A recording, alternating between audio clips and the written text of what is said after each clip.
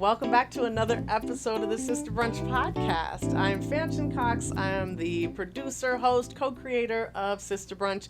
Sista Brunch shares the stories of Black women and gender-expansive people thriving in entertainment and media. And I am so incredibly thrilled to have a co-host with me, first-time collaboration with the HiveMind Unified. So I would like to introduce my co-host, Shirlyn A. Cesar. Thanks, Fanshen. The HiveMind Unified was founded in 2020 by Karima B. It serves as a global exchange of information to advance the careers of underrepresented early career professionals in entertainment. The HiveMind Unified's mission is to provide resources, including in-person events, office hours, and workshops.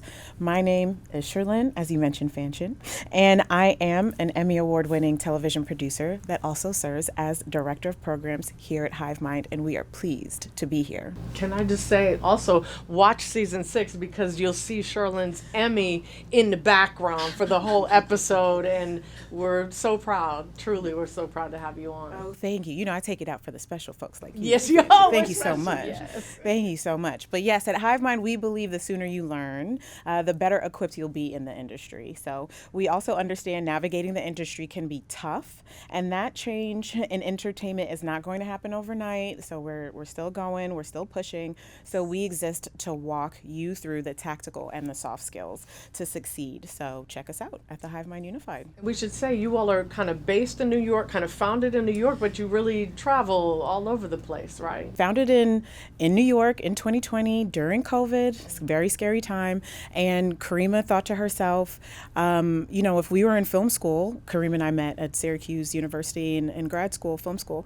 And if you were in school right now, how would you network? How would you meet? How would you expand your Rolodex to get that first job? And so she found it really important to create something where a community can come together and learn and grow, because we know it's harder for us. Okay, it is really hard for us, and we feel like we're providing the audience cheat codes in a way, right? Let me give you the cheat code so you could get to the next level a little bit faster, because if you leave the game too soon, then we're losing precious voices for Black and brown people, stories that need to be told that still haven't been seen yet. So we all started somewhere. We all started as our intern and PA self.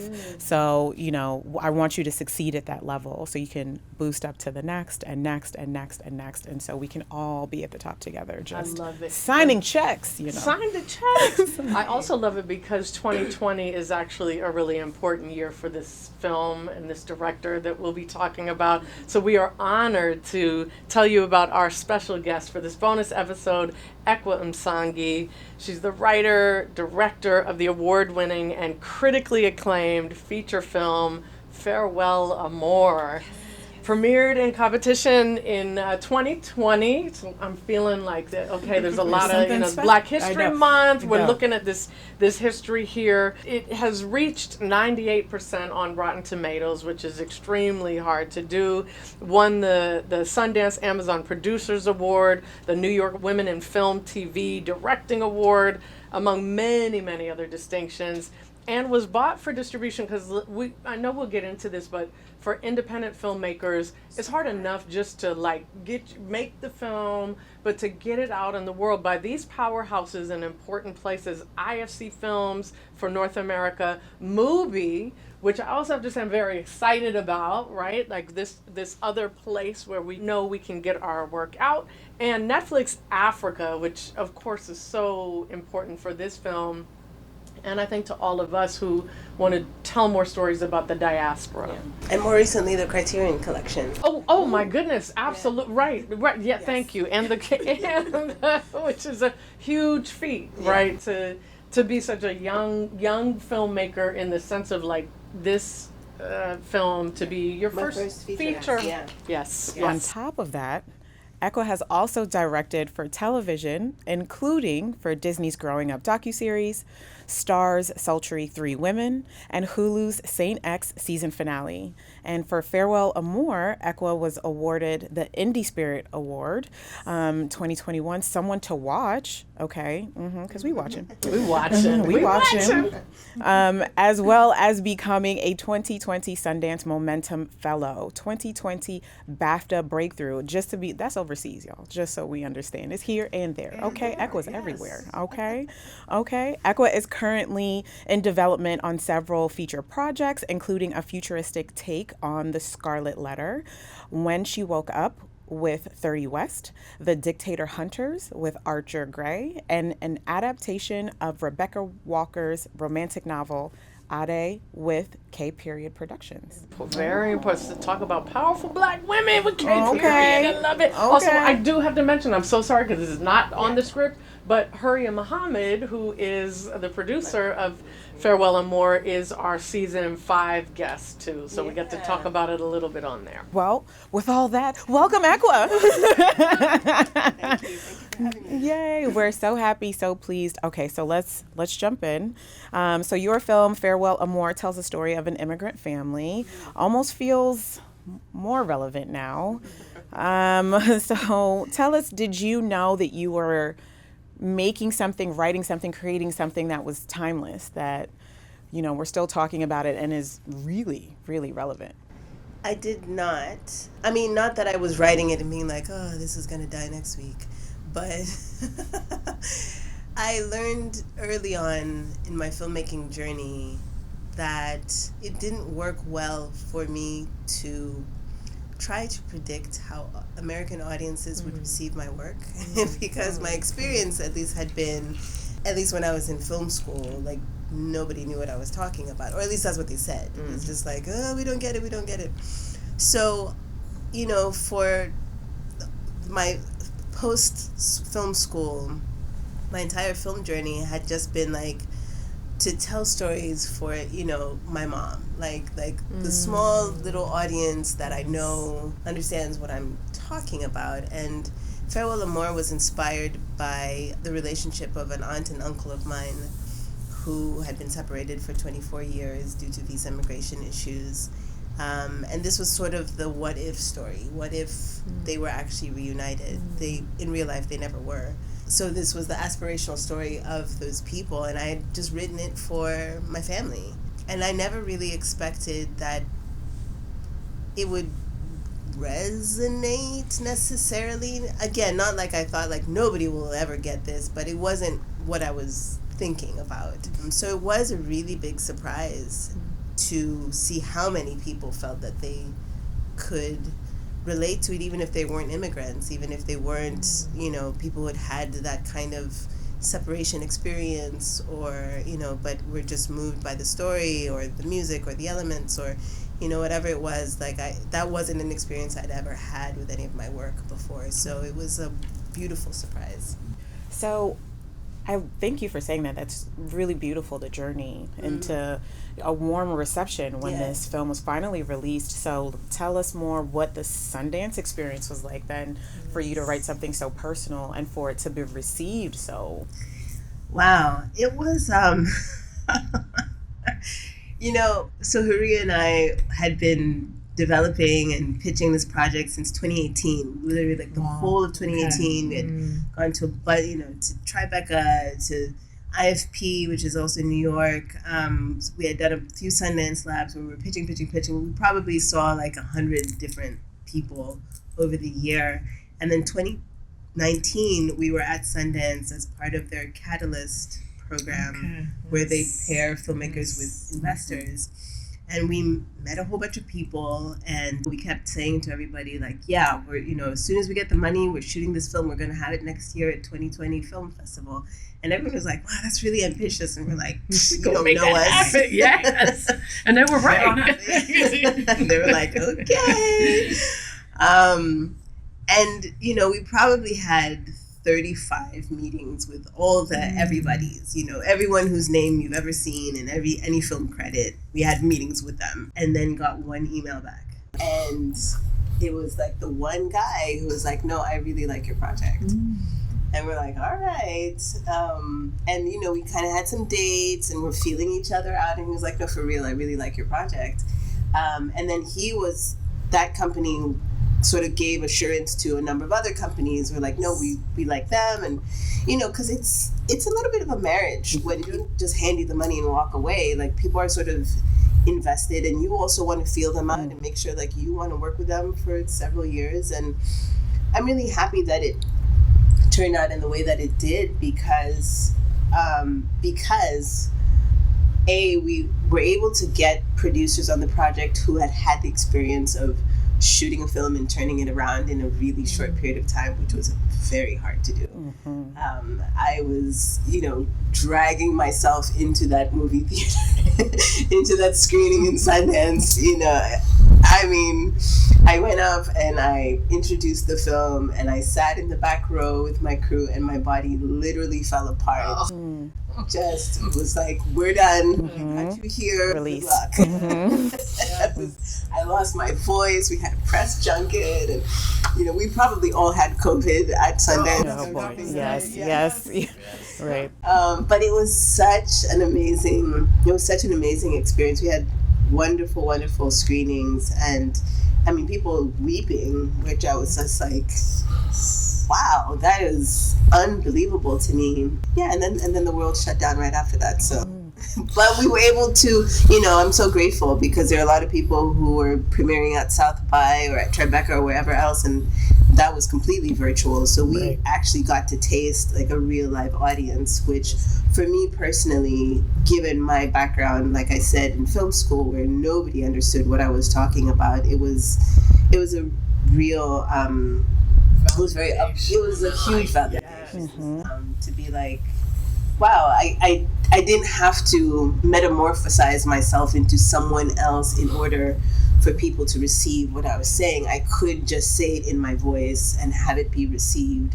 And it's a challenging film. We didn't put any subtitles on it. You know, there are parts where they speak in Portuguese. I don't even speak Portuguese. Mm-hmm.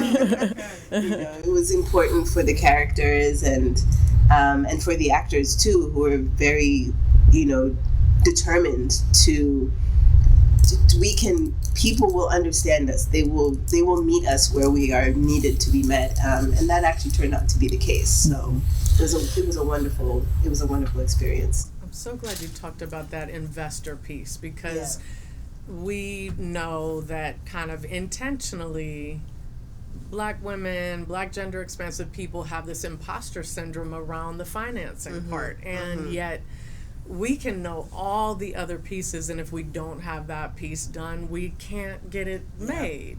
And so, to the extent you're comfortable, we have a segment on Sista Brunch where we talk about financials as openly as we can, and not part of any NDAs or anything, but we'd love to know, one, when you were pitching it out at Sundance or in these other places, what budget were you looking at, and then did that change?